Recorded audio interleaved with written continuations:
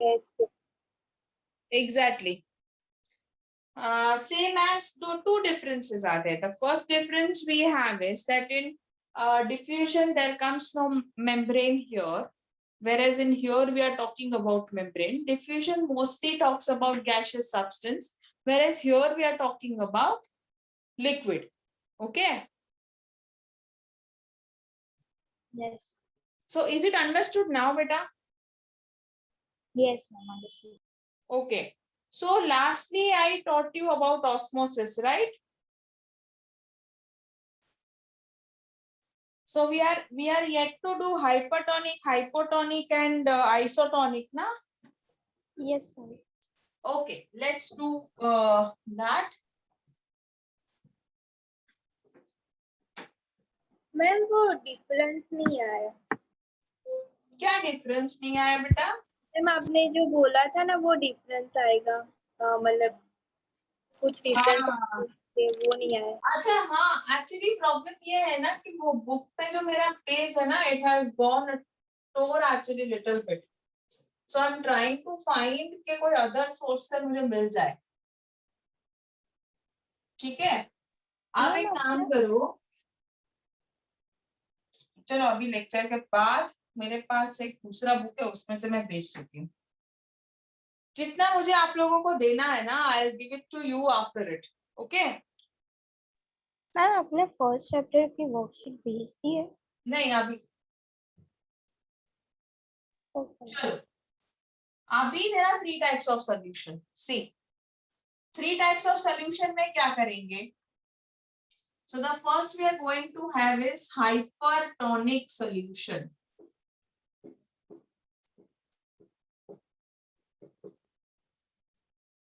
Now talking about hypertonic solution, first we need to understand its definition, how it goes.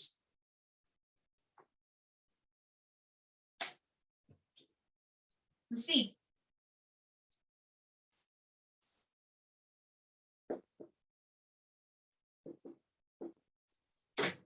sorry, if the medium, Ma'am, where these solutions are found? I like you're talking about your textbook. No, ma'am, these solutions where मतलब कि ये काम I'll give you the example once I draw the diagram. The moment I draw the diagram, you will also automatically know that अच्छा ये तो हम ऐसा करते हैं तब उसमें होता है. ठीक है. So if the medium has a lower concentration of water than that of the cell, that is, if it is very concentrated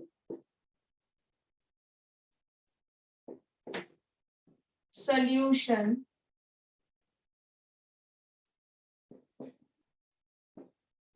the cell will lose water by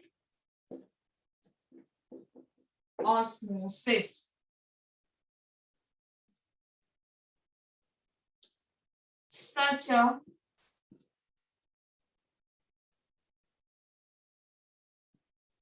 concentrated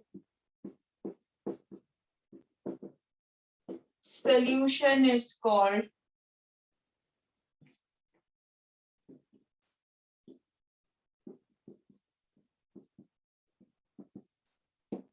okay. अब हाइपरटोनिक पे होता क्या है? I'll just draw here.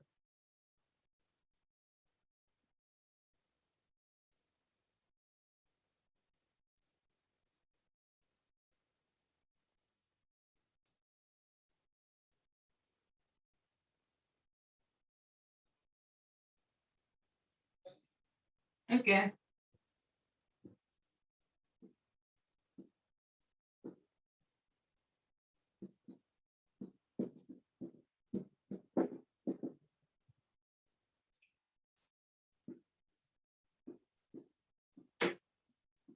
Hypertonic solution में बेटा, see, what happens is cell will shrink.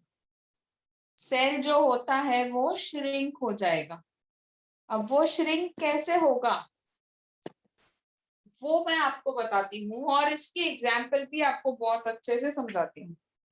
Ma'am diagram draw करना है। मैं बोलूं फिर आप चालू करो लिखना, अभी नहीं।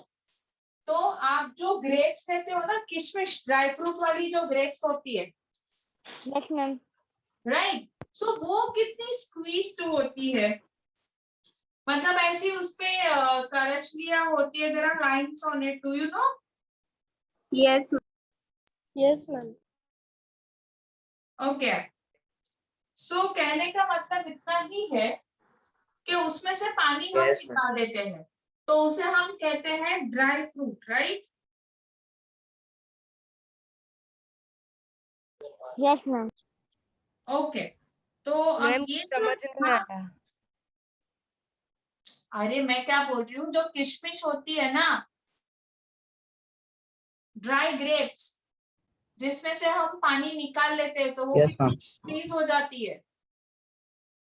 जैसे पोटैटो आपने देखा है, पोटैटो का आप थिन स्लाइस करो कितना बड़ा होता है, लेकिन उसको सन ड्राई करो तो पानी निकल जाएगा ना, वाटर विल गेट इवेपोरेट, और Yes, आपको ma'am. क्या मिलेगा, पोटैटो चिप्स मिल जाएगा। Yes ma'am. अच्छा, और किसी को समझ ना आ रहा हो तो बोलो।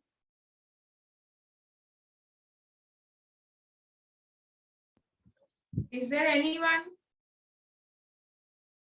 No ma'am. Okay, so basically जब हमारा सेल श्रिंक हो जाता है, वो उसे हम कहते हैं हाइपरटोनिक सॉल्यूशन। अब ये ना किस जोन में होता है वो मैं बता देती हूँ। हमारी जो सेल की कंसंट्रेशन होती है ना, वो कम होती है, बट आगे पीछे ज्यादा होती है, तो उस स्टेटस में जो हमारी सेल होती है वो श्रिंक हो जाती है, वो पानी को लूज करने लगती है। अब मैं आपको इसी डायग्राम के like with the help of this diagram I just show you may see that water, you know, solute particles, they are more in outermost chamber। यहाँ जहां पे मैंने डैश किया है ना, ये वाला, यहाँ पे बहुत सारे सॉल्यूट है। अब ये सॉल्यूट पार्टिकल इसमें है उससे ज्यादा है, so when this phenomenon will occur, the water will start coming out of it, cell में से बाहर आ जाएगा पानी, and that is where हमारा सेल श्रिंक होने लगेगा। सो अगर सिंपल भाषा में हाइपरटोनिक को एक्सप्लेन किया जाए, so hypertonic solution has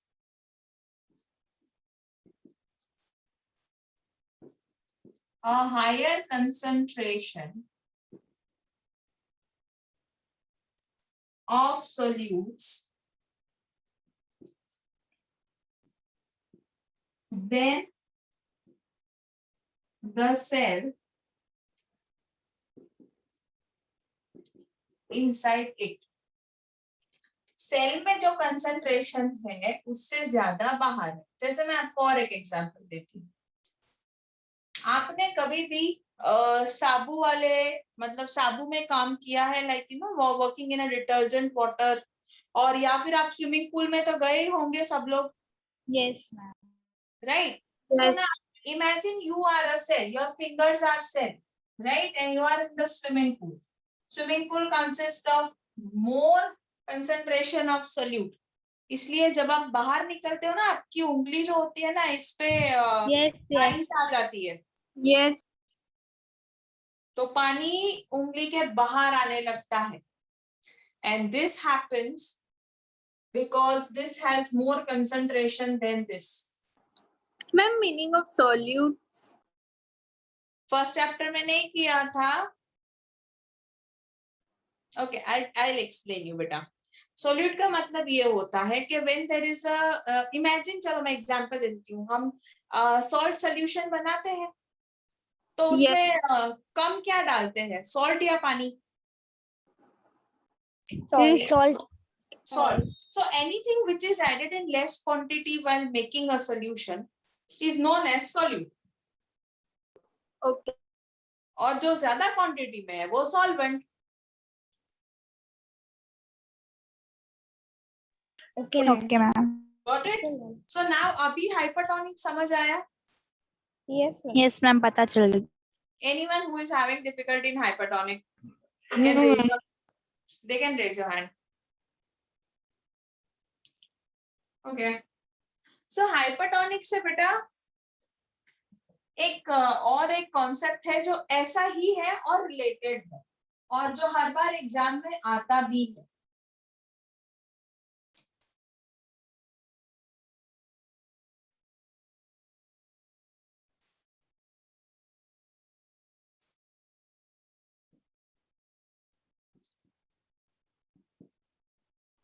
ma'am जब सेल श्रिंक हो जाता है तो उसके बाद वो नॉर्मल हो जाता है? वो फिर हम वापस पानी में डालेंगे ना तो नॉर्मल हो जाएगा बेटा.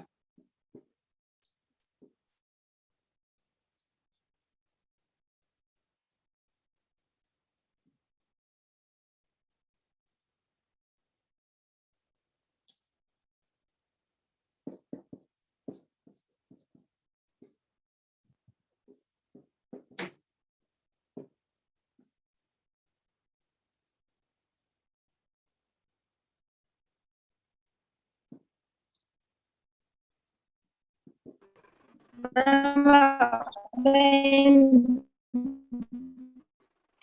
हमें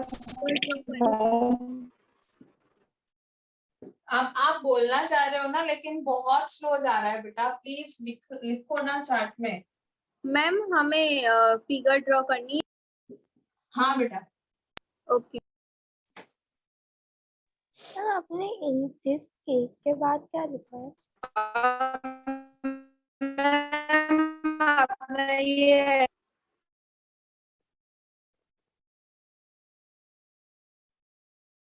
In this case too, water crosses the plasma membrane in both directions, but this time more waste has to be water.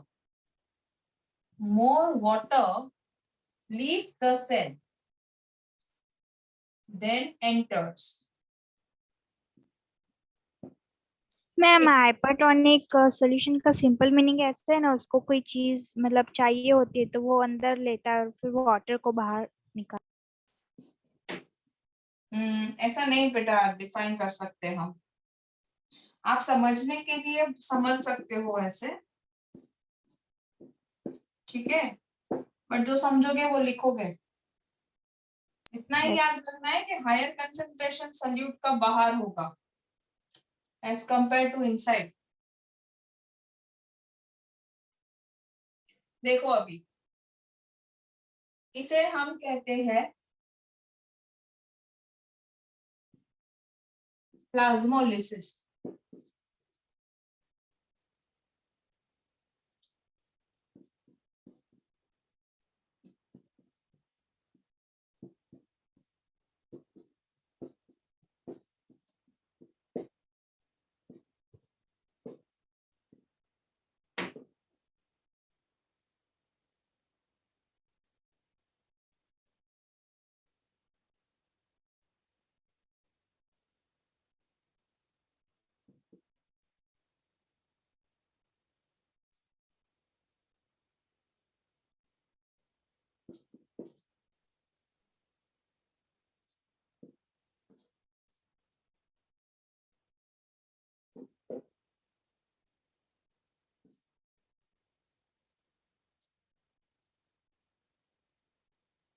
तो ये जो मैंने दो चीज यूज की है, एक है प्लाज्मोलाइज्ड, एक है क्लिनेटेड.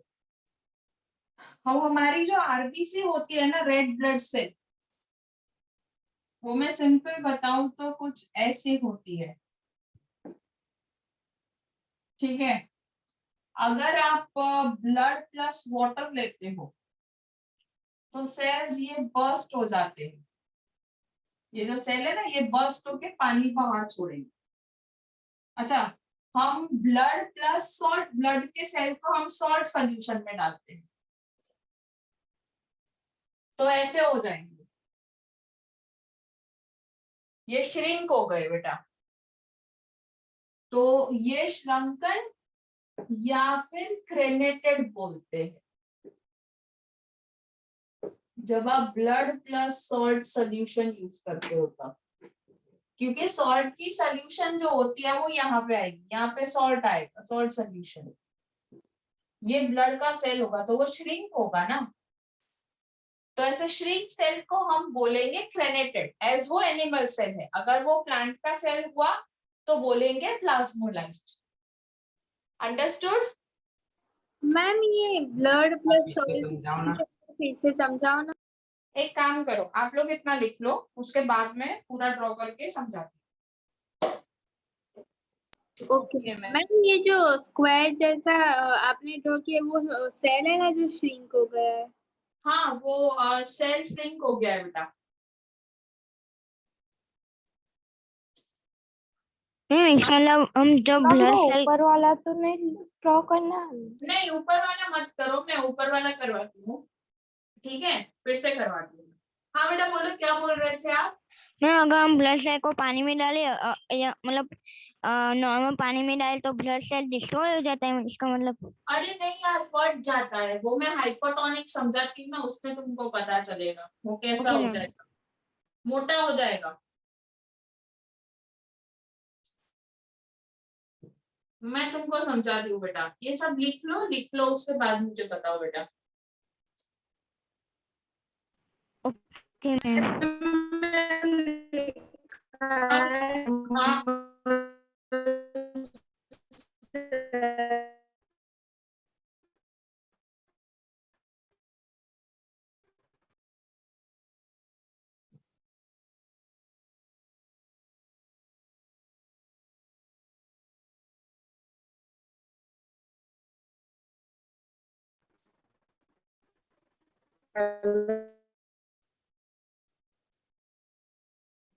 मैम आपने लास्ट वर्ड कौन सा लिखा है?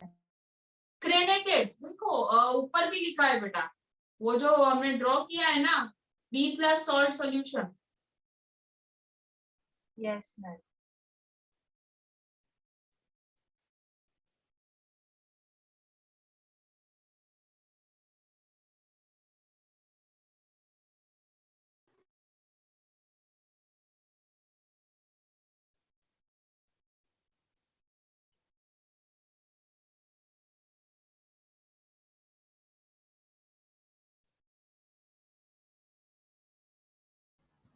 मैम यस बेटा।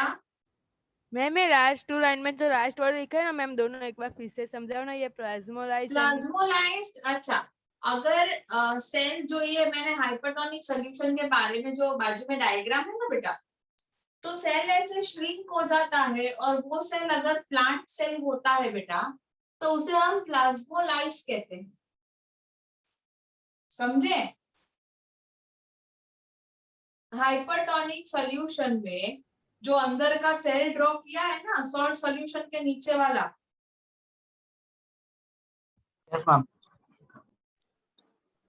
मैम ये जो सेल श्रिंक होते हैं वैसा हमारी बॉडी में होता है? ये देखो मैं तुमको क्या समझा रही हूँ, ये वाला जो सेल है ये श्रिंक हो रहा है ना, तो अगर ये सेल प्लांट सेल है तो उसे कहते हैं प्लाज्मोलिसिस। ये सेल अगर एनिमल सेल है, जैसे मैंने ब्लड का एग्जांपल दिया, क्योंकि ब्लड प्लांट में होता नहीं है, तो उसे हम कहते हैं क्रेनेटेड। समझ आया? Yes should I rub the board? Yes ma'am. Yes ma'am. Yes ma'am. Yes ma'am.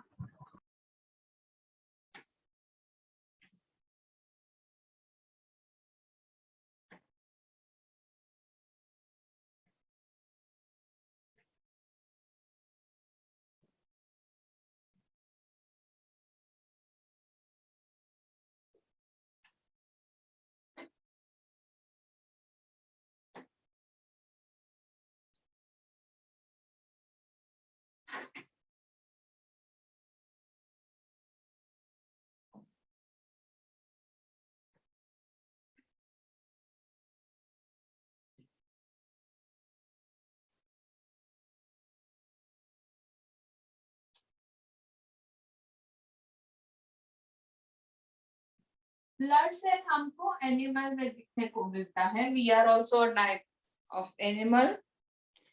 अब ब्लड सेल में मैंने आपको ये बताया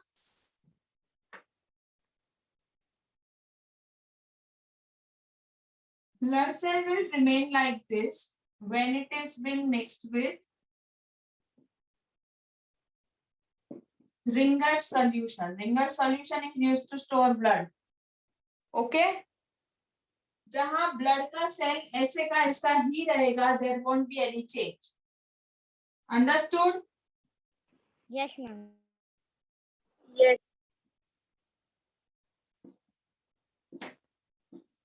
Next is blood plus water. अब ब्लड प्लस वाटर होगा ना तो क्या प्रॉब्लम होगा, पानी अंदर जाने लगेगा. ठीक है, क्योंकि बाहर के सॉल्यूट के हिसाब से अंदर सॉल्यूट ज्यादा है. तो अभी जो ब्लड सेल है ना वो इतना, ये जो छोटू है ना ये इतना हो गया होगा. And it will start bursting, ऐसा फूट जाएगा. मैम ये रिंगर सॉल्यूशन क्या है? बेटा जिसमें ब्लड सेव करते हैं, मतलब स्टोर करते हैं लंबे टाइम तक. Okay ma'am. तो फिर जो प्लाज्मा मेम्ब्रेन होता है वो तो सिलेक्टिव को ही अंदर जाने देता है, तो फिर अगर जरूर नहीं होती तो फिर वो क्यों अंदर लेता है वाटर? ब्लड सेल में प्लाज्मा मेम्ब्रेन होता है. अच्छा ब्लड सेल में नो मैम.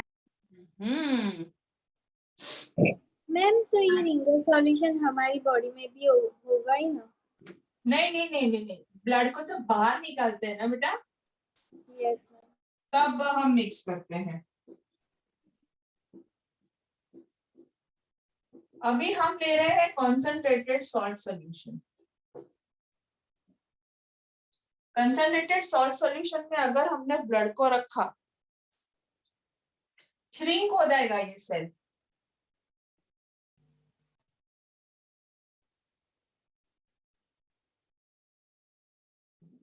ऐसा श्रिंक हो जाएगा.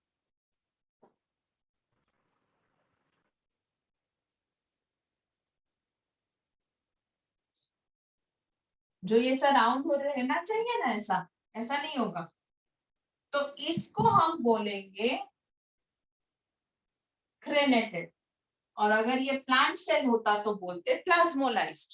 Understood? Swollen and haemolyse means क्या? मैम ये जो आपने लिखा है ना swollen and haemolysed means swollen and haemolysed. Yes ma'am swollen का मतलब, एक मिनट, स्वोलन स्वोलन का मतलब होता है बेटा फूल जाना. ठीक है. मैम हाँ. ड्यूरिंग मैम उसको सूजन भी बोलते हैं ना? हाँ बोलते हैं, एब्सोल्युटली बोलते हैं. हाँ, और कुछ किसी को पूछना है? और मैम जब मैम ये आरबीसी है ना? हाँ आरबीसी है. जब ये ब्लड प्लस सॉल्ट सॉल्यूशन हो तभी वो श्रिंक हो जाता है ना? मैम प्लांट सेल में ऐसे तो ब्लड देखना नहीं मिलता है ना मैम? आज तक मैंने तो नहीं देखा बेटा. आप देखो तो फिर बता देना मुझे. मैम मैंने भी नहीं देखा. हाँ तो फिर जाने दो. अच्छा मैम इसमें हेमोलाइज का मतलब क्या होता हीमोग्लोबिन होना.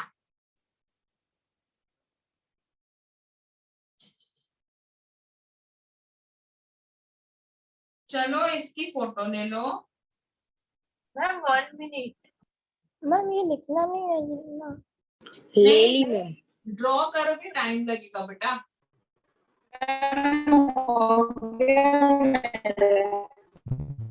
ये क्या बोले यही नहीं समझ मैम, आता. मैम ड्रॉ कर. हो गया? उसका सर जिसने ड्रॉ कर लिया है उसने ठीक है, नहीं किया ना वो लोग फोटो ले लो. मैम आरबीसी और डब्ल्यूबीसी के बीच में डिफरेंस बताओ ना. ओके देखो, पहले तो RBC is a red blood cell, WBC is the white blood cell. अब दोनों की फंक्शन बहुत डिफरेंट है. जैसे डब्ल्यूबीसी के बारे में बात करते हैं ना, तो it is responsible for fighting against the disease. उसमें जो सेल होते हैं उसे हम कहते हैं ल्यूकोसाइट्स, और आरबीसी को हम कहते हैं एरिथ्रोसाइट्स। अब आरबीसी में न्यूक्लियस नहीं होता बेटा, और उसकी शेप ना बाइकॉन्केव होती है and disc shape, whereas WBC बहुत ही इरेग्युलर शेप के होते हैं और उसमें न्यूक्लियस भी प्रेजेंट होती है, ठीक है। एंड डब्ल्यूबीसी हमारी बॉडी को डिफेंड करता है फ्रॉम वेरियस इन्फेक्शंस। बेसिकली वो एंटीबॉडीज प्रोड्यूस करता है जिससे हमें हेल्प हो सके, हम किसी डिसीज को डिटेक्ट करके उससे बॉडी हमारी फाइट कर सके। आरबीसी जो होता है ना, वो ऑक्सीजन ट्रांसपोर्ट करने में हेल्प करता है टिश्यूज में, लंग्स में। So this is the basic difference between it. Ma'am Okay, ma'am. Thank you, ma'am. Red blood cells ma'am, है ma'am function of red blood cell ma'am, transport oxygen. Okay and हाँ, life span भी बता दूं, RBC हमारी body में 3 महीने नहीं, 3 नहीं 4 महीने रहता है, मीन्स 120 डेज रहता है, और डब्ल्यूबीसी तो सिर्फ 12 से 20 दिन, उसके बाद डिस्ट्रॉयड, फिर नए बनते हैं। और आरबीसी की साइज भी छोटी होती है, डब्ल्यूबीसी की बड़ी होती है, ठीक है। तो these are the basic difference what we have. चलो now let's move to next solution which is isotonic. Ma'am, add me. I did so beta।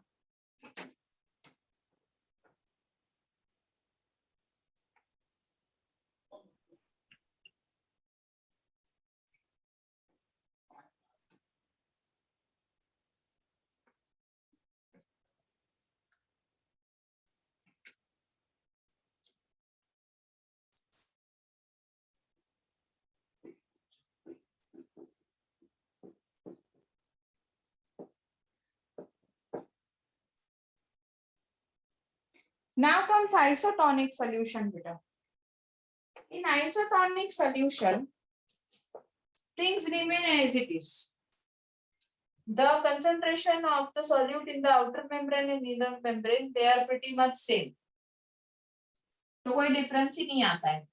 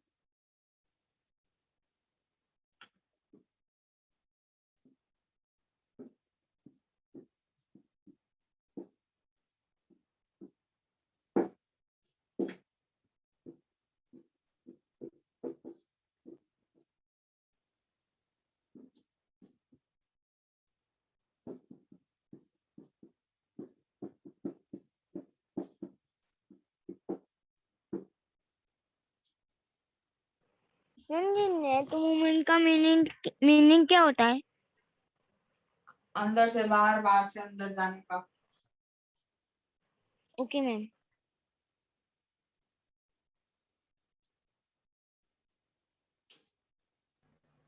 Ma'am हाँ, ma'am difference between isotonic solution and hypotonic solution. वो इससे पता चलेगा ना।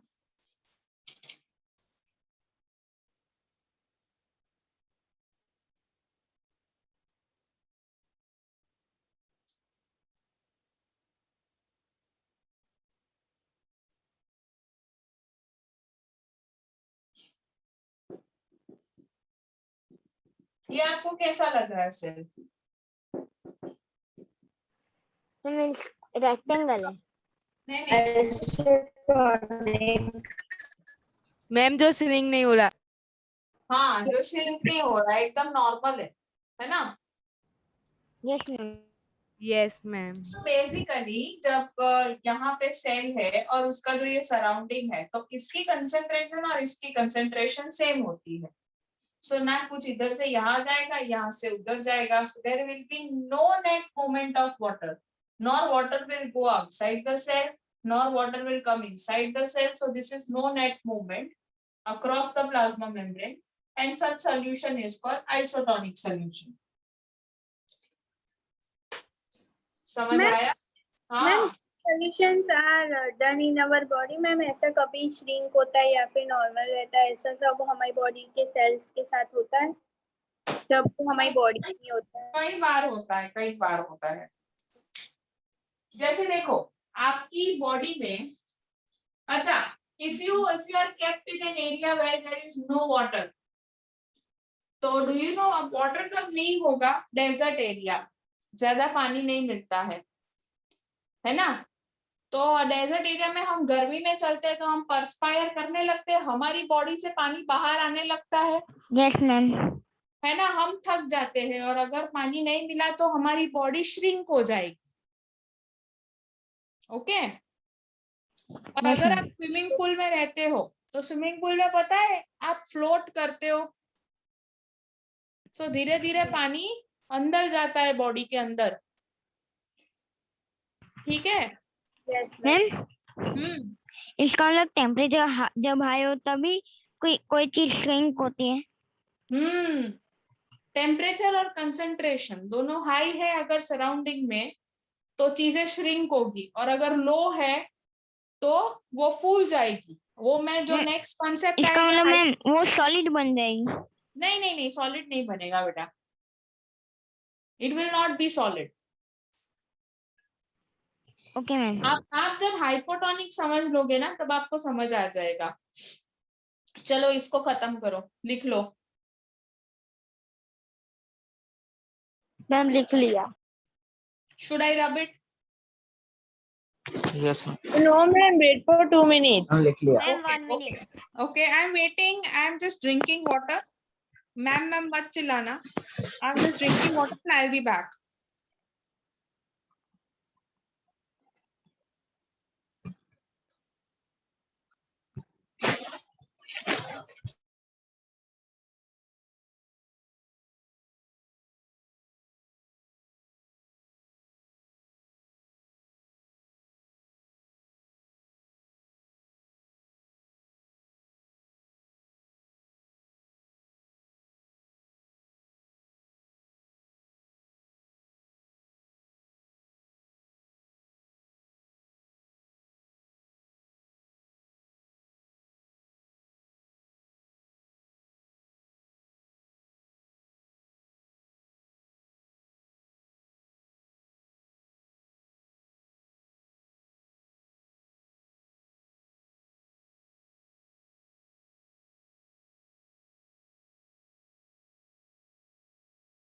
चलो लिख लिया.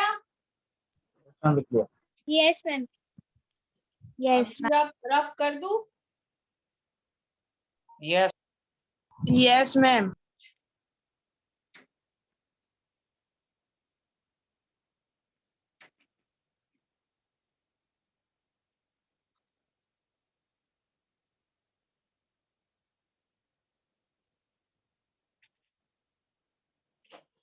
Now we will study hypotonic solution.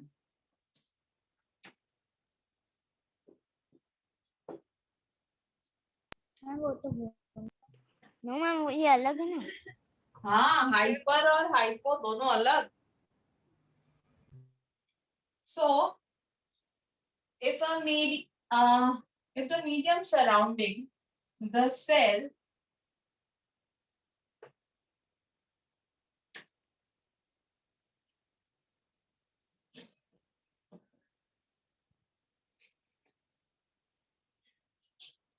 has higher water has higher water concentration,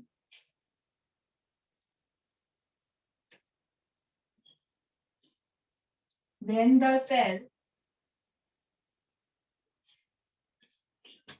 फिर आगे से रब करेंगे.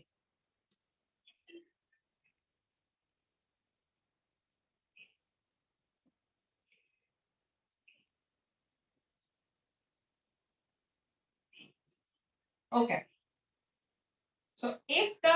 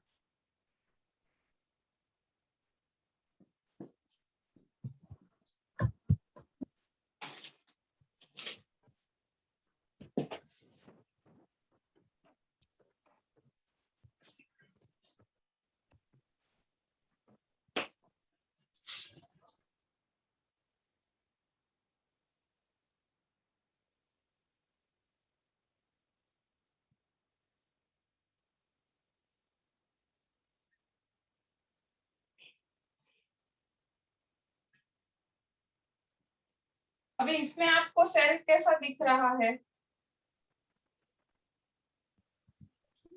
मैम सिंक ना. नो नॉट श्रिंक मैम पूरा श्रिंक नहीं हुआ, थोड़ा थोड़ा हुआ है. बेटा, इसे श्रिंक नहीं. मैम, फूल गया है. हाँ, मैम बड़ा हो गया है. सोलन कहते हैं, बड़ा. अब इसके एग्जाम्पल मैं दूं आपको. इसकी बहुत अच्छी Yes, ma'am. एग्जाम्पल है. आप ग्रेप्स खाते हो ना, ड्राई फ्रूट वाली, यस मैम. है ना? तो आपको क्या बोलते हैं कि आप ना वो ग्रेप्स को पानी में ओवरनाइट रखो. तो पानी में जब रख देते हो तो वो ग्रेप्स कैसे फूल जाती है पानी से, है ना? Yes ma'am. Yes ma'am. So that is hypotonic solution. बेटा, जब वाटर की कंसेंट्रेशन ज्यादा है ना बाहर, तो व्हाट हैपेंस, जैसे मैं आपको एक सिंपल एग्जांपल देती हूँ. जैसे डेड बॉडी होती है, डेड बॉडी किसी की भी, फिश की ले लो या फिर क्रोकोडाइल की ले लो, किसी की भी ले लो. तो वो पानी में जब स्विम करती है, अब पानी की कंसेंट्रेशन जो है ना बहुत ज्यादा है. मान लो ओशन में स्विम कर रही है, तो वो बॉडी फूल जाएगी बेटा. पानी अंदर जाने लगेगा बहुत ज्यादा, तो वो जैसे ही अंदर जाएगा बॉडी फूलने लगेगी. और फिर मैम बलून की तरह. हाँ, बलून की तरह. And that is what is known as hypotonic solution. ये दूसरा एग्जांपल मैंने दिया आपको हाइपोटोनिक का.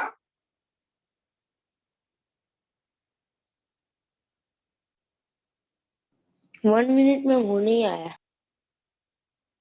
क्या? मैम रब मत करना. हाँ, मैं रब नहीं कर रही, आप बोलोगे तब करूंगी बेटा.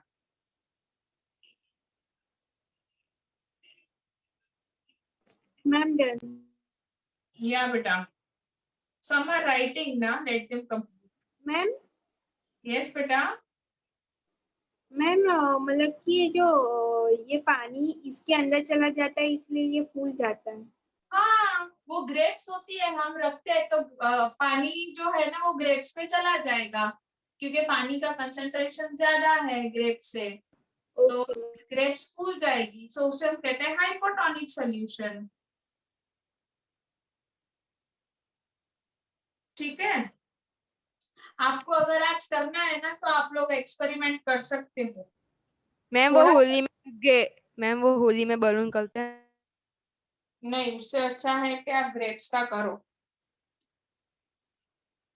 थोड़ी सी ग्रेप्स जो है ना ड्राई फ्रूट वाली, किशमिश, उसको ले लो और उसको पानी में भिगो दो ओवरनाइट। रात को रखना, सुबह को देखना, ठीक है। और फिर मुझे नेक्स्ट लेक्चर में बताना कि तुमने क्या ऑब्जर्व किया।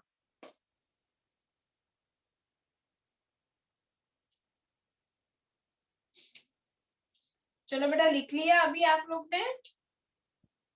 यस मैम, लिख 1 लिया। minute, only 1 minute. हाँ, ओनली 1 मिनट। चलो, अच्छा, तब तक मैं आपको एक चीज समझाती हूँ। सेल में ना, जैसे ये सारी चीजें क्यों हम समझ रहे हैं, क्योंकि हमें पता चले कि सेल में क्या अंदर जा रहा है और क्या बाहर आ रहा है।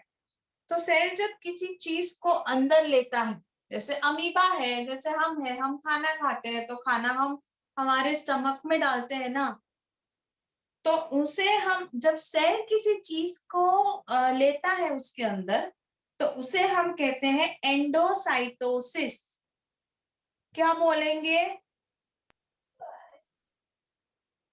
एंडोसाइटोसिस। Yes ma'am, Endocytosis. इसको बोले। Don't worry, Done, ma'am. हाँ ठीक है बेटा। चलो तो मैम एक बार फिर से समझाओ। मैं बोर्ड पे ही समझा रही हूँ। मैम जो पहला सॉल्यूशन वो था, वो हाइपर था या हाइपो था? पहला था वो था हाइपर। ओके। हाइपर में सेल श्रिंक हो जाएगा, हाइपो में हिप्पो बन जाएगा, बड़ा हो जाएगा, और आइसो में कुछ नहीं होगा, उसे वैसे का वैसा ही रहेगा। Got it? Yes. Any doubts in 3 solutions? No ma'am, no doubt. No, ma'am. You have to write the definition of these solution one more time in your homework book. Okay? Okay This ma'am, definition ये figure तो draw नहीं करनी है ना उसमें? करनी है ना? ओके हाँ। And this, ma'am only hypotonic की लिखना है ना? तो मुझे बोलने दोगे तुम लोग? हाँ सॉरी। तीनों 3 लिखना है, hyper, iso and hypo, with diagram, and you have to learn and write it. And these 3 definition including plasmolysis has been asked lot many times. ठीक है? Okay, ma'am. Okay. Now let's understand something which is taken into the cell and which is excreted out of the cell.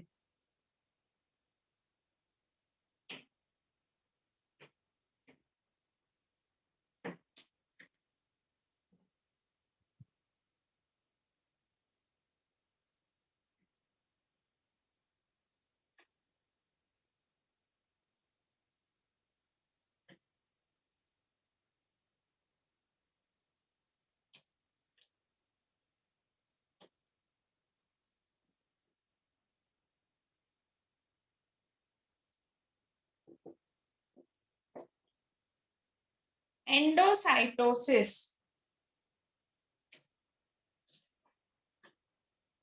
मतलब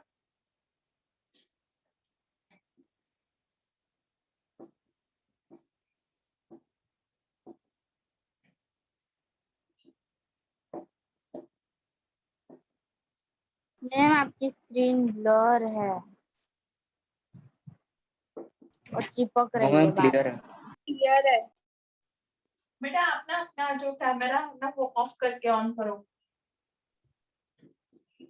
ma'am किया फिर भी ऐसा हो रहा है। तो फिर से ज्वाइन करो।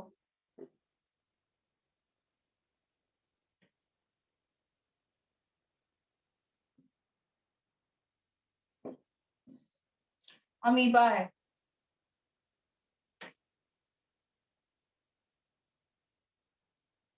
सूडोपोडिया, कुछ खा रहा है,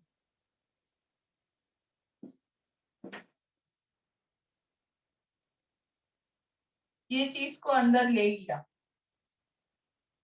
ये था फूड, तो इसे हम क्या बोलेंगे? एंडोसाइटोसिस।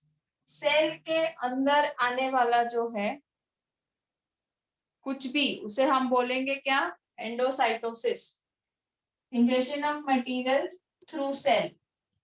अंडरस्टूड? Yes ma'am. अच्छा, फूड को अंदर लेने के बाद आप लोग क्या करते हो, खाते हो ना उसको? Yes ma'am.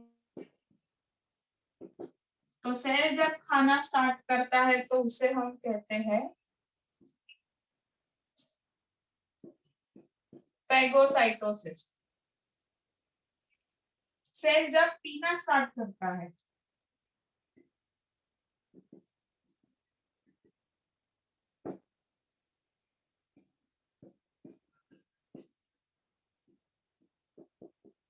फोटोसाइटोसिस, ठीक है। और मैम सेल ने खा लिया, अब सेल कुछ भी बाहर निकल रहा है, सेल वॉमिट कर रहा है, तो उसे हम क्या बोलेंगे?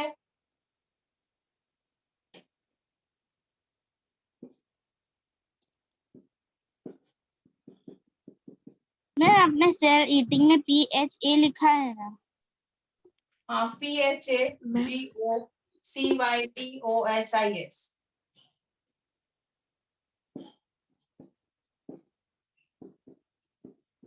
Then we have to draw the figure. Don't draw the figure, just write this ma'am much. हाँ, मैम मैम एंडोसाइट का स्पेलिंग रिपीट करो ना, एंडोसाइटोसिस दिख नहीं रहा है। एक minute, already someone is telling me ma'am ma'am ma'am, और उसमें भी बीच में कूद रहे हो, वेरी बैड मैनर्स। क्या बोल रहे थे बच्चा, बोलो। मैम मैं थोड़ा स्क्रीन चिपक के मुझे डायग्राम फिर से समझाओ ना। एंडोसाइटिस। ओके, एंडोसाइटोसिस में बेटा आपने देखा अमीबा का डायग्राम ड्रॉ किया है। अमीबा फूड इनटेक कर रहा है, वो जो छोटा सा राउंड है ना उधर, वो बीक में यहाँ पे, तो वो बेटा फूड पार्टिकल है। और फूड पार्टिकल अंदर आ गया तो उसे हम बोलेंगे एंडोसाइटोसिस बेटा। अब ओके जैसे कि आप खाना खाते हो तो आप you start chewing your food ना, यू स्टार्ट ईटिंग इट ना बेटा, so that is known as phagocytosis. Now अगर आप पानी ड्रिंक करते हो तो उसे हम कहते हैं पोटोसाइटोसिस, एंड अगर कुछ बाहर निकालते हो तो उसे हम कहते हैं एक्सोसाइटोसिस, ठीक है। Ma'am yes ma'am thank you. अभी किसी को स्पेलिंग नहीं समझ आ रहा था, कौन सी स्पेलिंग है बोलो। एंडोसाइटोसिस की ENDOCYTOSIS।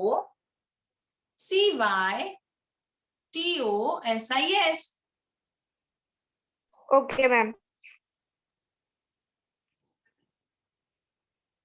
लिख लिया?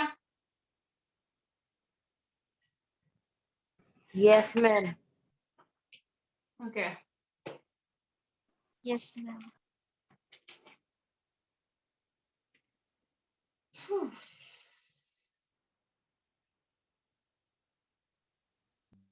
No ma'am 2 minute. Hmm, ma'am ये प्रोसेस के नाम सिर्फ एमोबा में ही मतलब कि ये प्रोसेस के नाम एमोबा में ही नहीं, अमीबा में नहीं ऐसा होता बेटा, जिसमें सेल में ये प्रोसेस होती है। अमीबा का एग्जाम्पल इसलिए लिया because it is made up of single cell बेटा। ओके।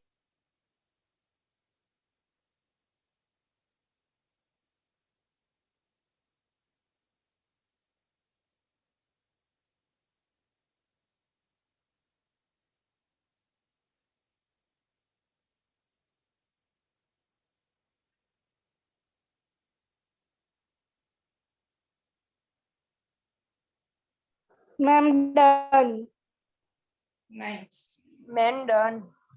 ओके। चलो हेडिंग दो, cell wall.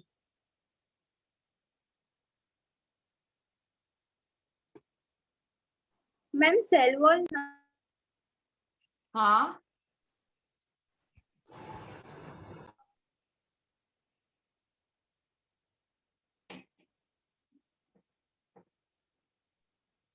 Ma'am, I am joining another device. Please admit me. हाँ हाँ बेटा, हाँ।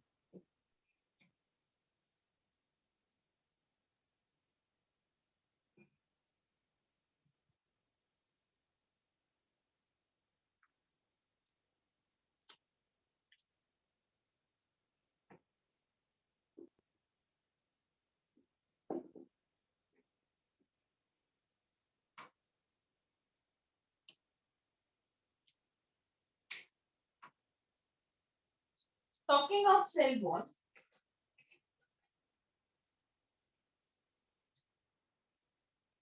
पहले तो ना सेल वॉल क्या करता है वो समझ लेते हैं.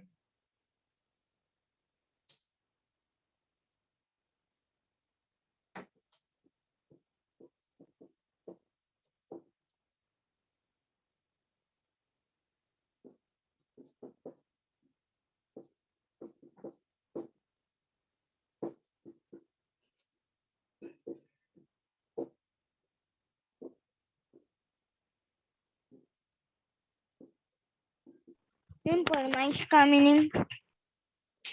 अलाउ करना. Okay ma'am. आप लेते हो ना अपने मैम से permission, may I go to washroom, may I go to drink water, that is permit. Okay ma'am.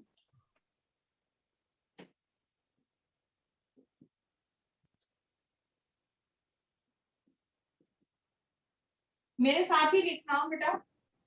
Ma'am become के बाद क्या लिखा है? Become turgid, TURGID. Ma'am turgid means समझाती हूँ ना, मैं सब कुछ समझाऊंगी, आप अभी सब लिख लो बस.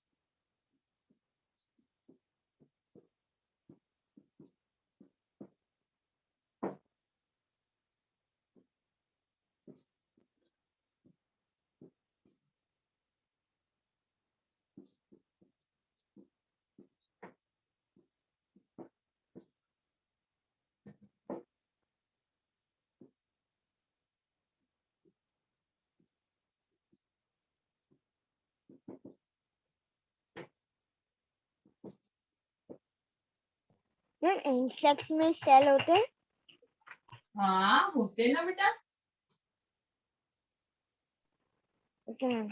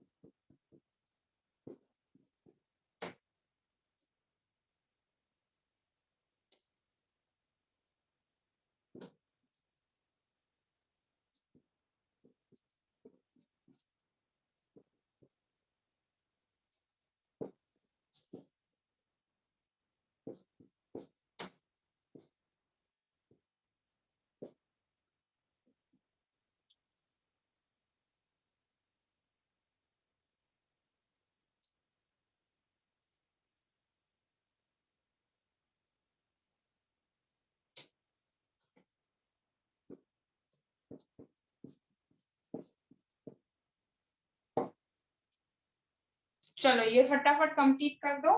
ऐसा है तो नेक्स्ट लेक्चर में मैं आपको यही से समझाऊंगी 4 points. Yes ma'am.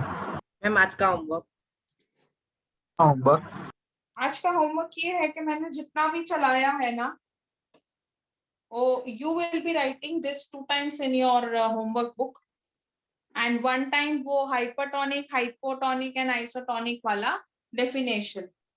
Okay, 2 time क्या लिखना है फिर से बोलो? यही सेल वॉल के फंक्शन. मैम होमवर्क मतलब नोटबुक में ना, होमवर्क में ना. हाँ pages ma'am one time class work में लिखा तो मैम 1 टाइम होमवर्क में लिखा चलेगा या 2 टाइम? नहीं चलेगा. जो चीज इंपॉर्टेंट होगी वो हमेशा 2 time मिलेगी होमवर्क में. Okay ma'am. चलो bye. Bye ma'am. Bye bye. Bye ma'am. Bye. नहीं हुआ वो फोटो ले सकता है. दे दिया ना. ओके चलो bye. Yes ma'am. Yes start हुआ. यस मैम ऑन हो गई. Yes, मैम ऑन हो यस गया. Ma'am. Okay, don't worry about it.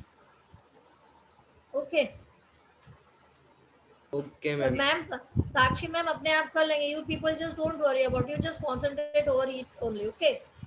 अब देखो क्या होता है, आइंस्टाइन जो है मतलब कि उसके जो हेडमास्टर वो कहते हैं कि भाई you just don't worry about his profession much about it, उनके बारे में ज़्यादा मत सोचो, चाहे कोई भी प्रोफेशन वो अपना ले, कुछ ज़्यादा होने वाला नहीं है, because he will not get success at anything.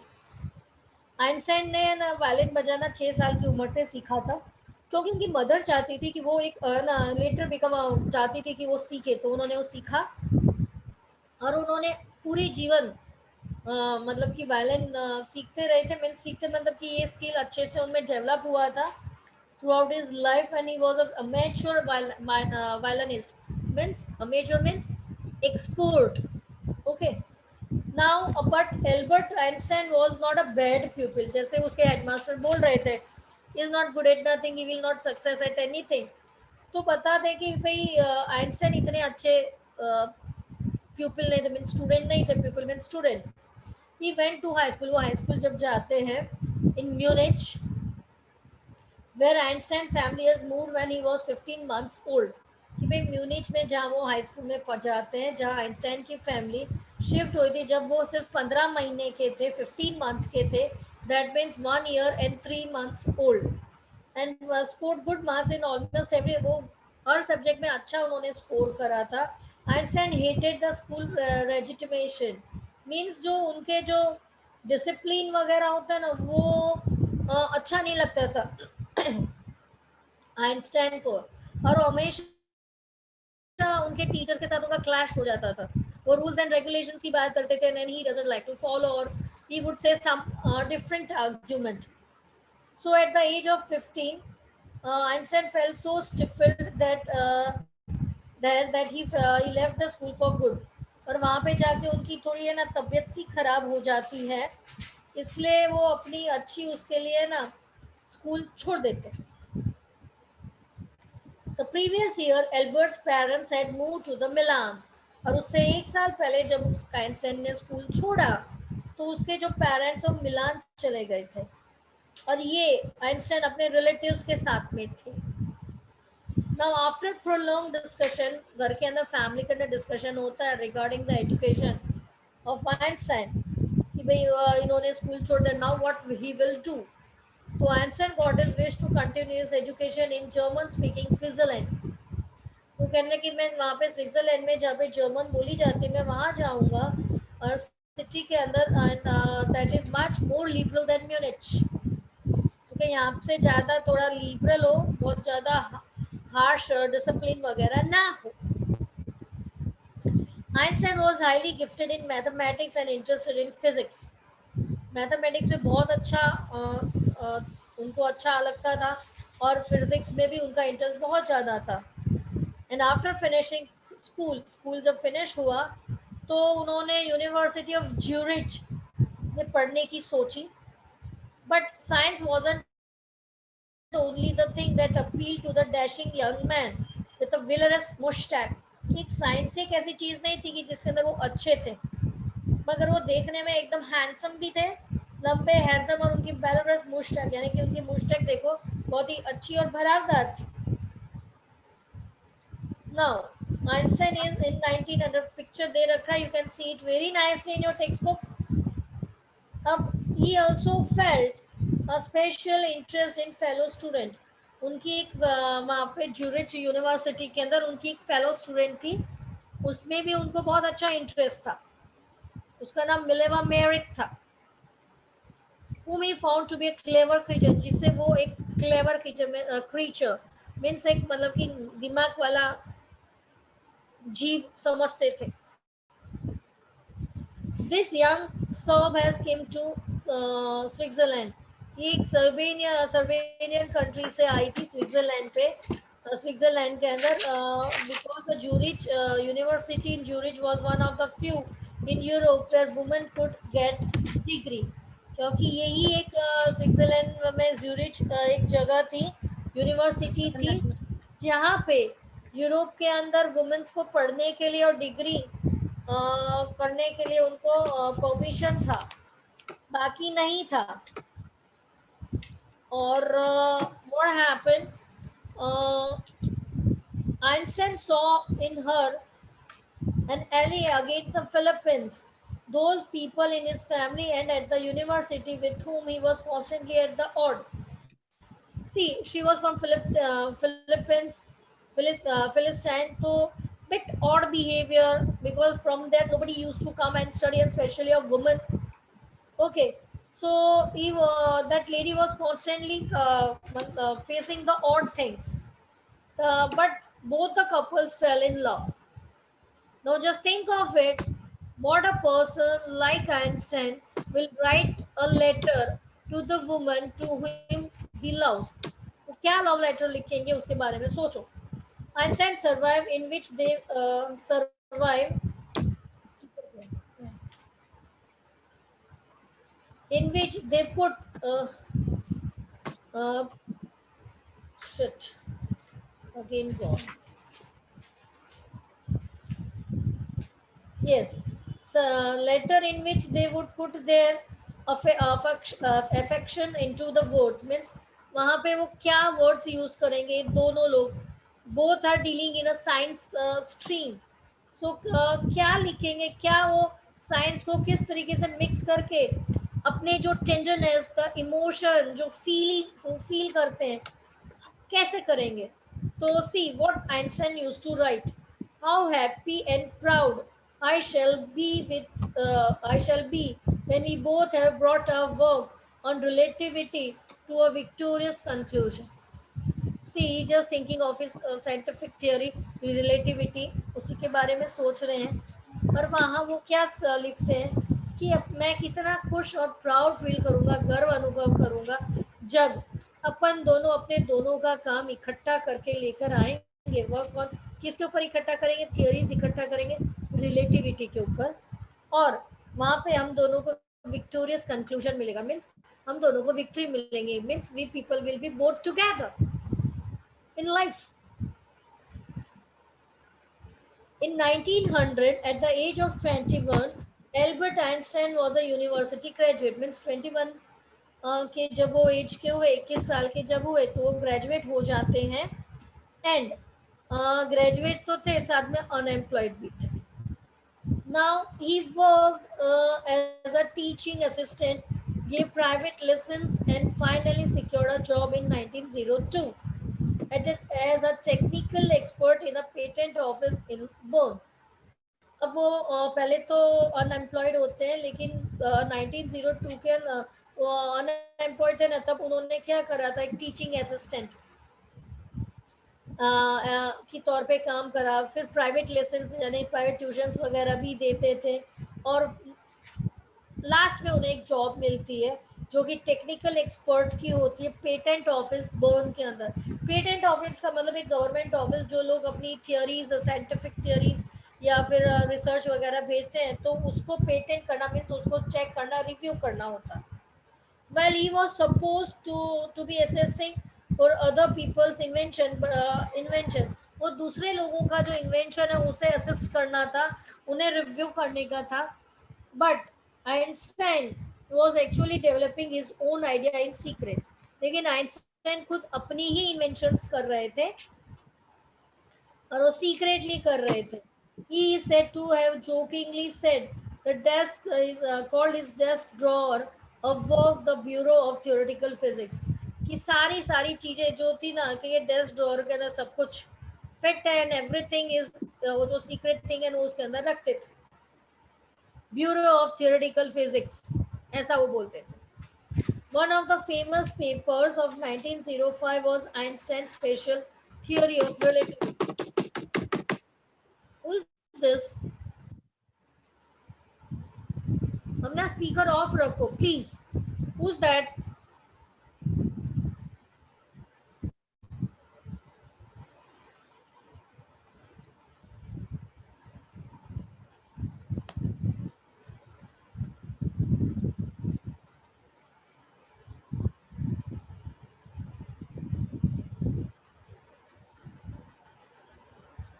Okay, now what happen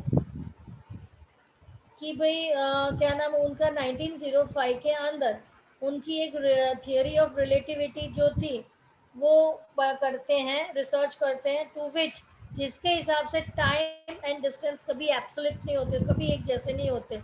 ended उन्होंने दो परफेक्टली एक्यूरेट क्लॉक्स रखी, will not continue to the show the same time, वो सेम टाइम शो नहीं करती है if they come together again after a journey, कि अगर उनका जर्नी के बारे में पूछा जाए तो हर एक इंसान के अलग अलग रिव्यूज होते हैं।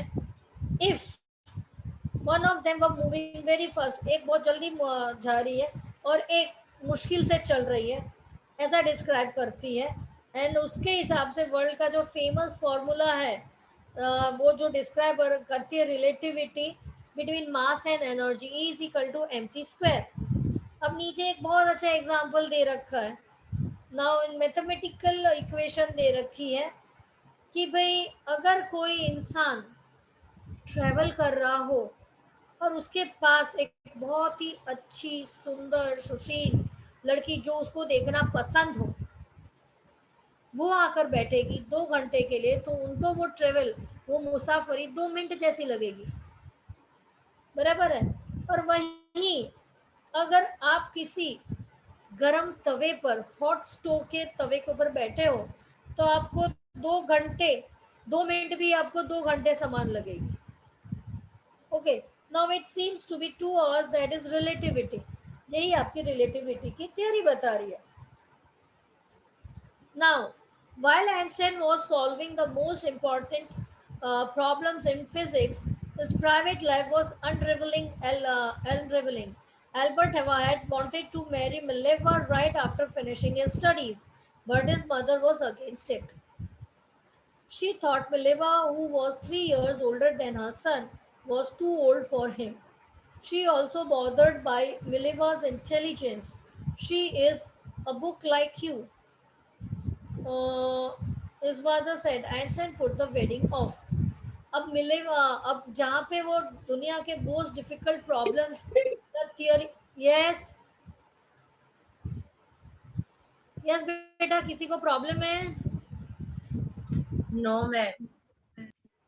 ओके देन, कि जब वो अपनी इम्पोर्टेंट थियरीज के जो प्रॉब्लम सॉल्व कर रहे थे फिजिक्स के, तो उसकी प्राइवेट लाइफ जो है ना वो मिस आउट हो रही थी, क्योंकि एल्बर्ट शादी करना चाहते थे मिलेवा से, एंड उनके कि भाई उनकी ये स्टडीज खत्म होगी तब वो जाके मिलेवा से शादी करेंगे, लेकिन उनकी मम्मी नहीं चाहती थी, उनकी मदर जो है ना कुछ अलग ही चाहती थी, क्योंकि उनके हिसाब से मिलेवा एक तो उनसे आइंस्टाइन से 3 साल बड़ी थी,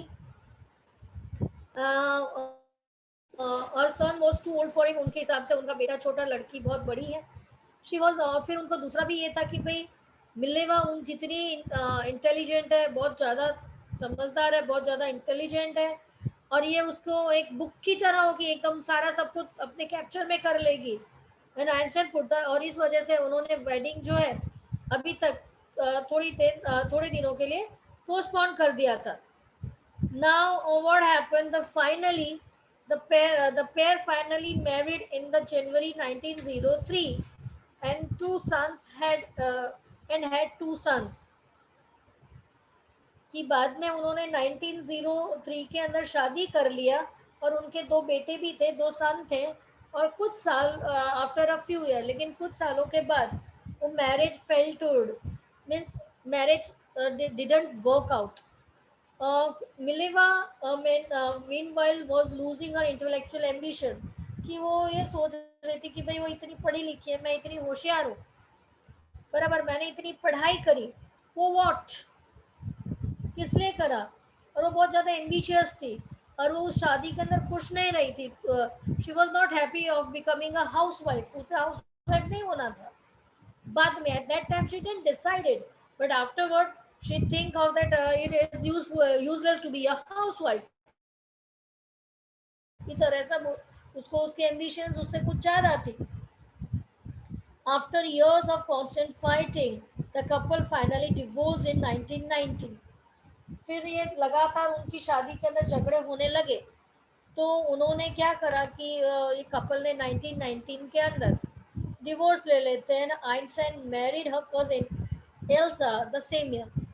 ये दोनों डिवोर्स ले लेते हैं और उसी साल आइंस्टाइन ने अपनी जो उसकी जो कजिन थी उसके साथ शादी कर लेते हैं जिनका नाम था एल्सा।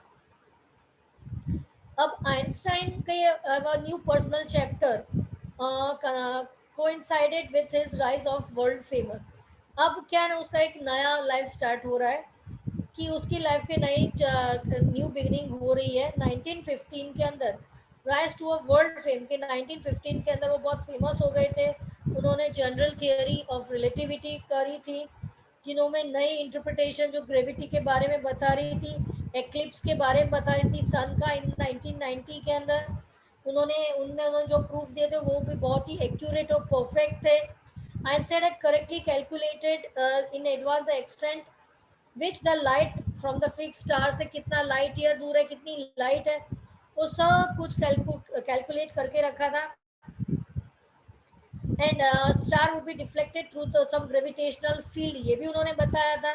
न्यूज़पेपर के अंदर आए दिन उनके साइंटिफिक रेवोल्यूशन के क्या जो थी, आए दिन उनका क्या नाम है, फोटो, उनके आर्टिकल्स, ये सारे छपते रहते थे।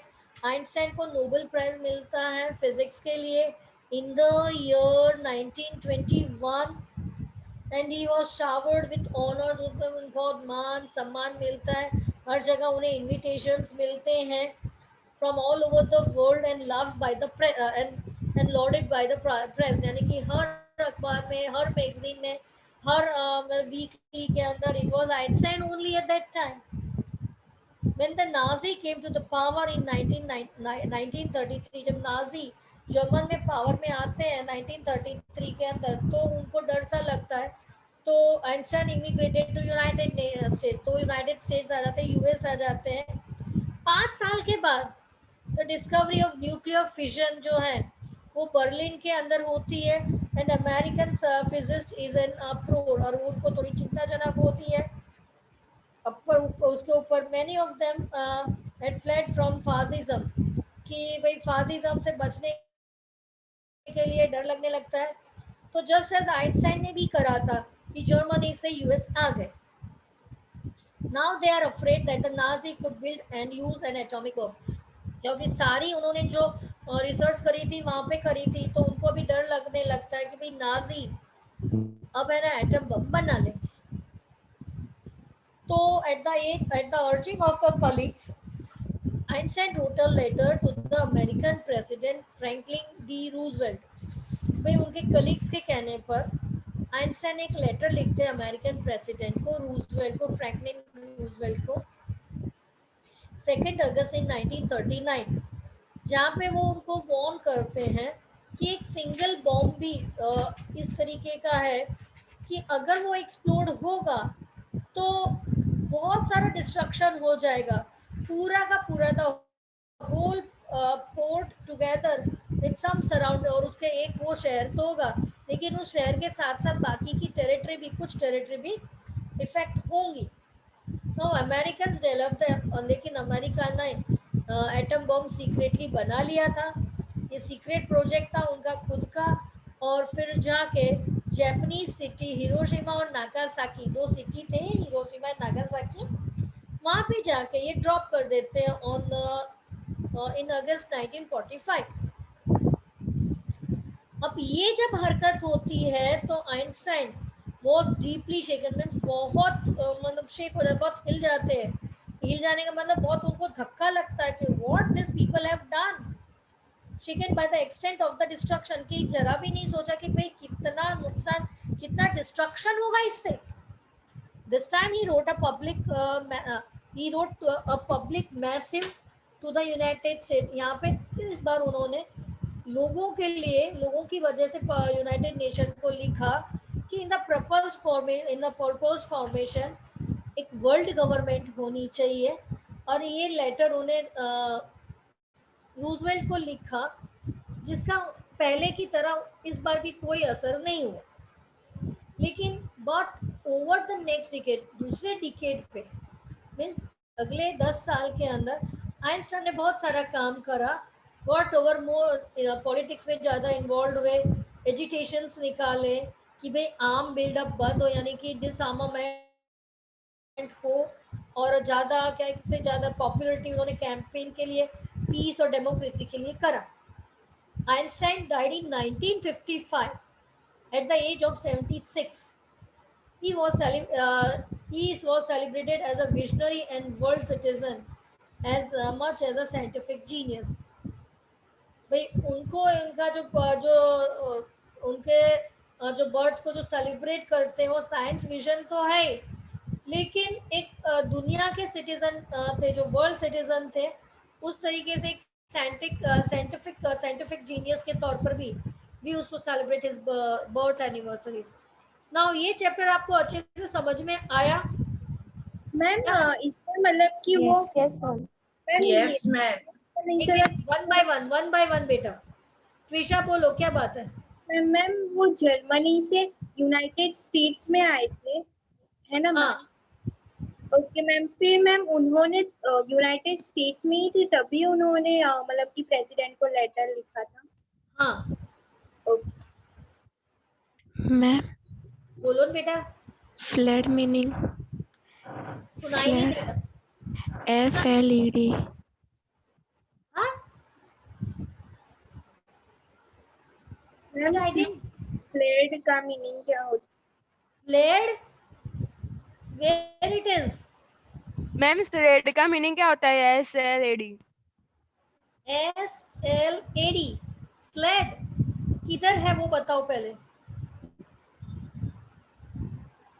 किधर आ रहा है वो बताओ पहले. मैम 49 पेज पर लास्ट पैराग्राफ में है, last third line. Flood. 49 page. Yes. Them had fled in fascism. वो line. The Nazis came to power. वो वाला है. Ma'am Yes, fled FLED. Fled from fascism. वहां से चले जाना. फ्लैट मीन्स उड़ के, मीन्स बाय फ्लाइट, वहां से भाग जाना. फ्लैट का मतलब ये होता है. चलो बोलो. और मैम agitating मतलब एजिटेशन निकालना मीन्स कोई एक चीज होता ही है जिसके आप विरुद्ध में हो तो एजिटेट करते हो ना, रिवोल्ट करते हो ना, वो.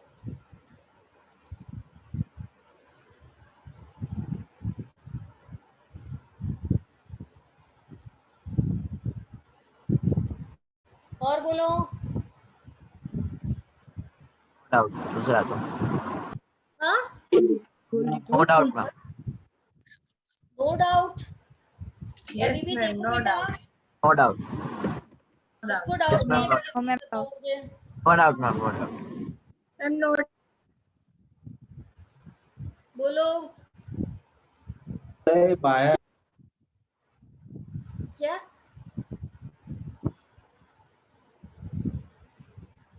मंथन क्या बोल रहे थे बेटा?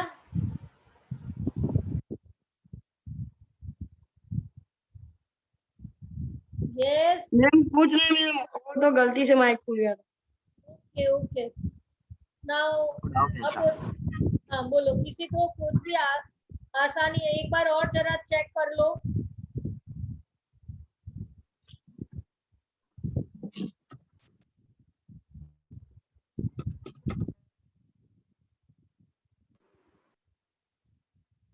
सबको समझ आ रहा है बेटा?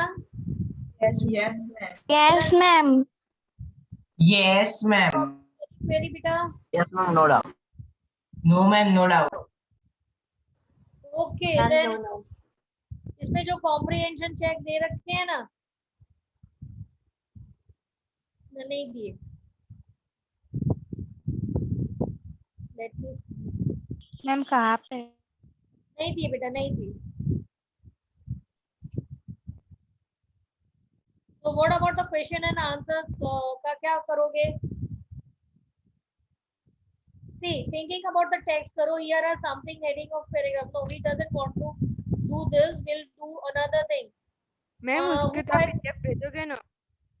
हाँ मैम ये थिंक अबाउट द टेक्स्ट है मैम, उसकी PDF भेजोगे ना? वो हमें क्लास वर्क में लिखनी है ना. पहले खुद तो करो, मैं तो भेजूंगी, पर पहले ये ट्राई तो करो.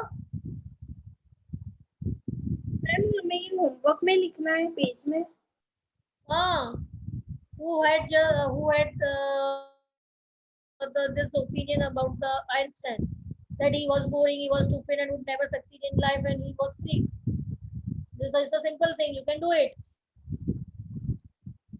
He was boring. ये कौन बोलता था? His classmates. No.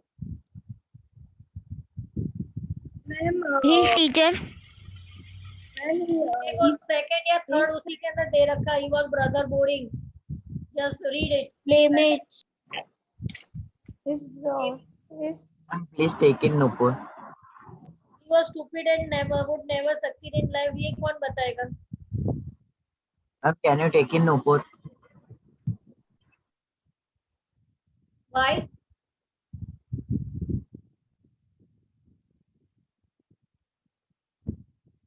Ma'am first में क्या बोला आपने answer?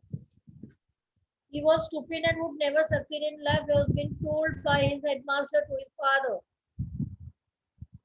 He was a freak. Who thinks that? His mother. His His mother. Father. Cost उसके अंदर ही है. तो देखो, explain what the reason for the following are. Einstein leaving the school in Munich for good. Why?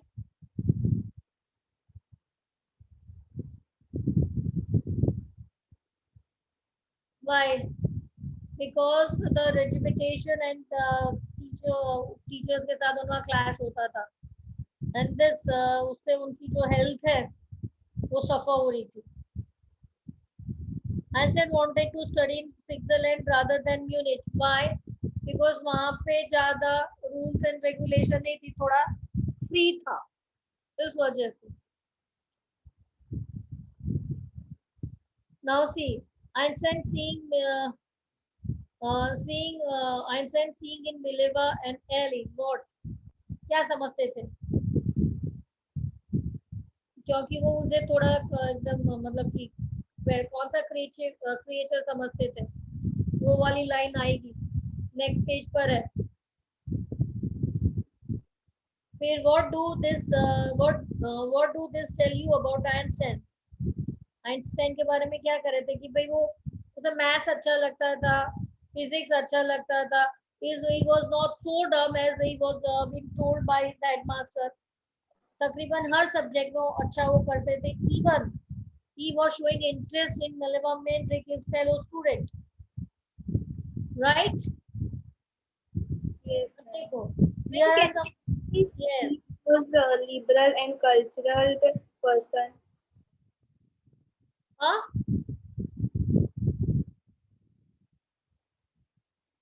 क्या बेटा? Ma'am, we can write this. He was liberal and cultural person. Yes, you have to write. अब देखो, complete the sentence by filling the blanks in the suitable particular. कहाँ चला गया? एक minute. हाँ, ये देखो पेज नंबर 52 पे देखो. स्टडी द फॉलोइंग सेंटेंसेस है ना, उसके अंदर नीचे देखो, complete the sentence below by filling in the blanks with a suitable participle clause. The information that has to be used in the phrase is provided as a sentence in bracket. Bracket में दे रखा है, वो sentence को सही से participle use करके आपको करना है. Sorry, who will do this?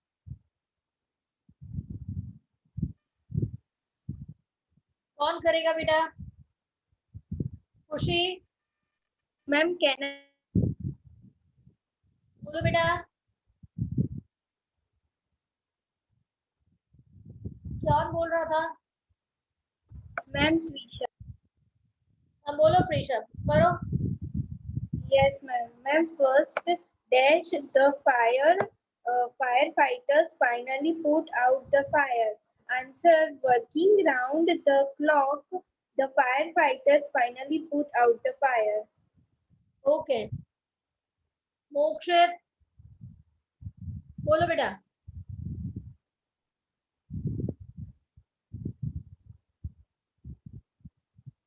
Yes Mokshit बोलो.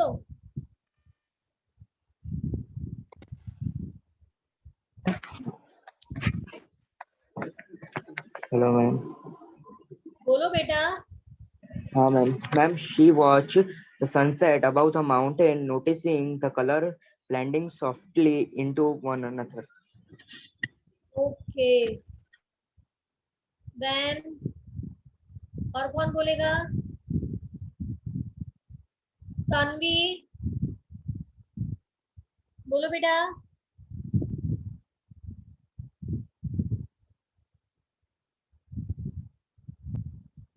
Nobody raise the hand. Vishwa.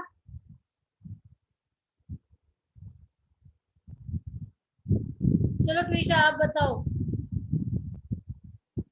Yes, ma'am. The excited horse pawed the ground rapidly, answered, nagging continually. Excited horse pound the ground rapidly, neighed continually. Okay. Can I? Yes, you can. बोलो बेटा.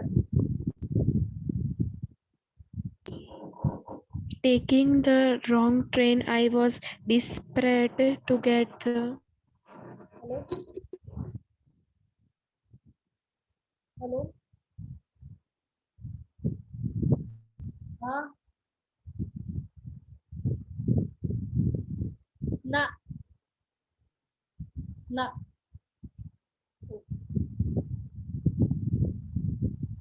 हाँ, तो कौन बोल ma'am रहा था can बेटा? I say? Sure बेटा. Yes, ma'am. The long train taken. The long train had taken. I found myself in Bangalore instead of Banaras. Ma'am, can I had taken a wrong train, found myself in Bangalore instead of Banaras. Okay. Now, who will tell?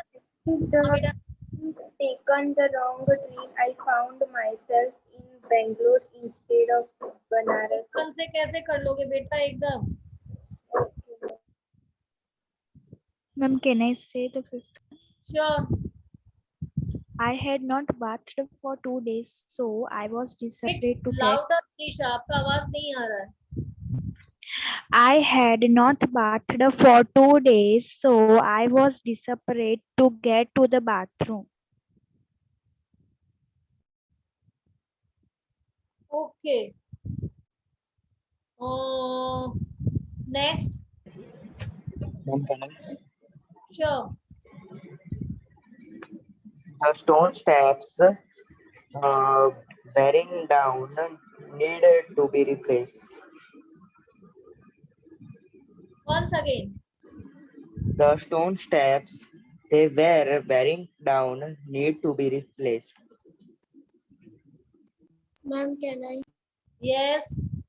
The stone steps being worn down needed to be. Yes. Correct.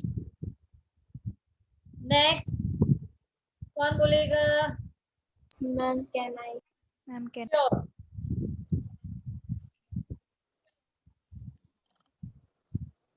बोलो बेटा. The actor received hundreds of letters from his friend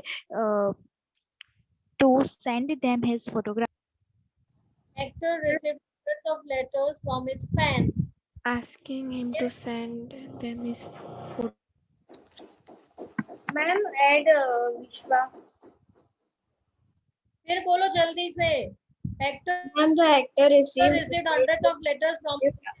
asking him to send them his photograph. Yes, asking him to send them his photograph. Correct. Ma'am, please add Vishwa. क्या? Ma'am, Vishwa को add करो ना. Mansi ma'am करेंगे ना. She is the host. And now it is now only 7 minutes left. Mansi ma'am कर देंगे. You just don't worry. See the next thing. Now tell me now. You people understand nicely. Okay. Now any problem regarding this chapter? Ma'am. Ma'am, no. No, No. Okay, ma'am. then you can write the question answer by your own in Okay, ma'am. homework. Yeah, ma'am, we should write this grammar also. Not now. I mean, I only want only the question answer. Ma'am, can you tell till where we have to write? I didn't get you, my dear. Ma'am हमें किधर तक लिखना है वो कुछ हाँ, ये बोलो। देखो, आपको लिखना है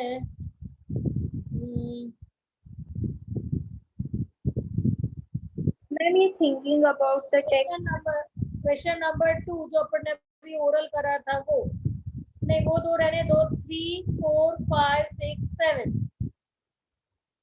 क्वेश्चन नंबर 3 से 7 तक। ओके मैम नोटबुक में लिखना है ना? 3 4 5 हाँ नोटबुक में ना? होमवर्क ऑब्वियसली मैम होमवर्क तो हम पेजेस में लिखते थे, मैम पेजेस में लिखे ना। जैसा आपको बोला गया आप वैसे लिखो। मैम मतलब ये क्लास वर्क है या होमवर्क है? ये क्लास वर्क है। been told to write in pages, then please write in the page. Ma'am मतलब आपने जो टिक करवाया वो क्लास वर्क है या होमवर्क? होमवर्क है बेटा। तो मैम हमें पेजेस में लिखना है। Then please write in pages. Question number 3 to 7 you have to write in homework. Yes, ma'am. Okay, okay. और किसी को प्रॉब्लम है? No, ma'am, no doubt. No, ma'am, no problem. Done with it? No ma'am no ma'am ये submit कराना है ना? बेटा homework दिया तो सबमिट तो करवाना पड़ेगा ना।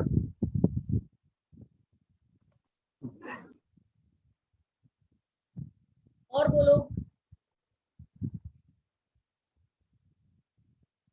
Anything else? No, ma'am. No, ma'am. No, ma'am.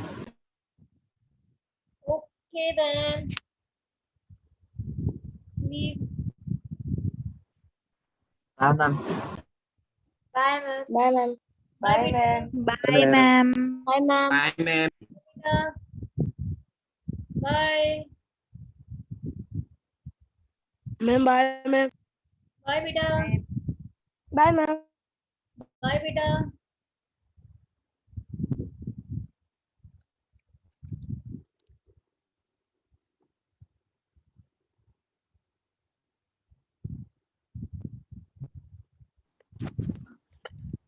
Bye ma'am. Bye बेटा।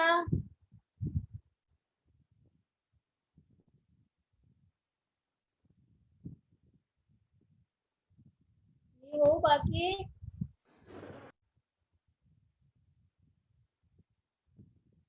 Kamakshi, Vishwa, please leave.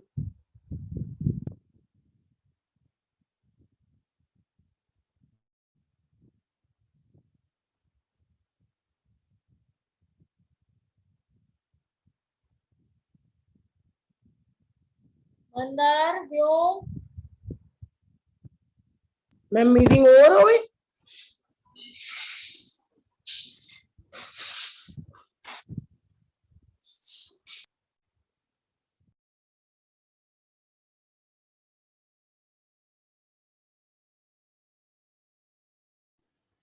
Mansi ma'am हमारा एसएस का लेक्चर है।